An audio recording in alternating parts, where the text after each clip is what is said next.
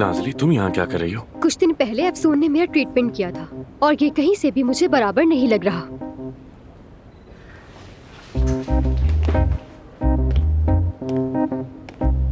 जरा दिखाओ मुझे।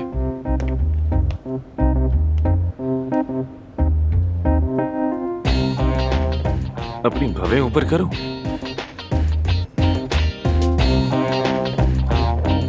ये क्या कर रहा है? हाँ, ये एक पेशेंट को दोबारा नहीं देखता था तो फिर अब क्या कर रहा है? हो सकता है कि उसे जिद्दी लड़कियां पसंद हो। फालतू बातें मत करो यार मानूर। आमिर को जिद्दी लड़के बिल्कुल नहीं पसंद। तो फिर क्या पसंद है? मानूर, मानूर जाओ यहाँ से। चलो चलो जाओ जाओ, जाके अली की असिस्टेंट बन जाओ या फिर उसकी हेल्प करो। कुछ भी करो लेकिन यहाँ नहीं। अच्छा अच्छा, जा रही हूँ। जाओ ना जाओ।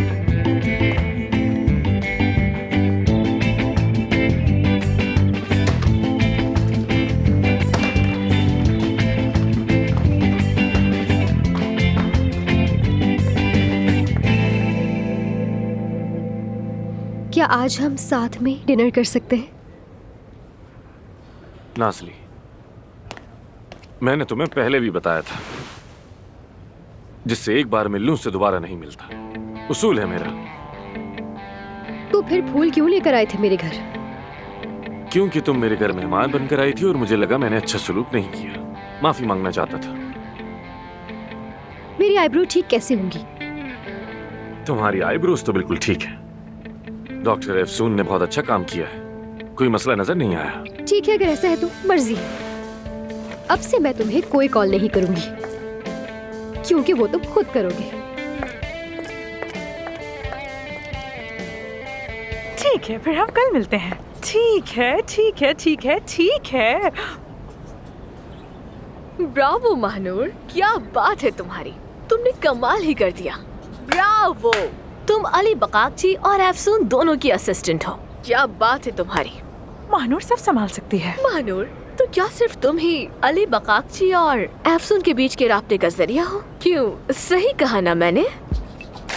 तुम्हारी इस बात का क्या मतलब है आखिर, समझाओगी मुझे? यानी पता नहीं, लेकिन मुझे वो दोनों काफी करीब लगते हैं। I mean, अजीब बात है ना कि वो सेमिनार में मिले और अचानक एक दूसरे के इतने करीब आ गए। तुम्हें नहीं लगता ये सब बहुत जल्दी हो गया? साफ जाहिर है, मुझे लगता है कि वो पहले से ही एक दूसरे को बहुत अच्छी तरह जानते हैं। मुझे तो ऐसे ही लगता है। अफसून एक मुखलिस इंसान है। अगर तुम उसके साथ मुखलिस रहो तो तुम्हें भी ऐसा लगेगा। ऐसे लगेगा हजारों सालों से जानती हो उसको। तुम्हें कैसे पता होगा? मेरा वक्त जाया मत करो, मैं काम करने जा रही हूँ। चलो काम से काम रखो। मिल गया मुझे जवाब। ये झूठ बोल रही है। ये दोनों एक दूसरे को जानते हैं।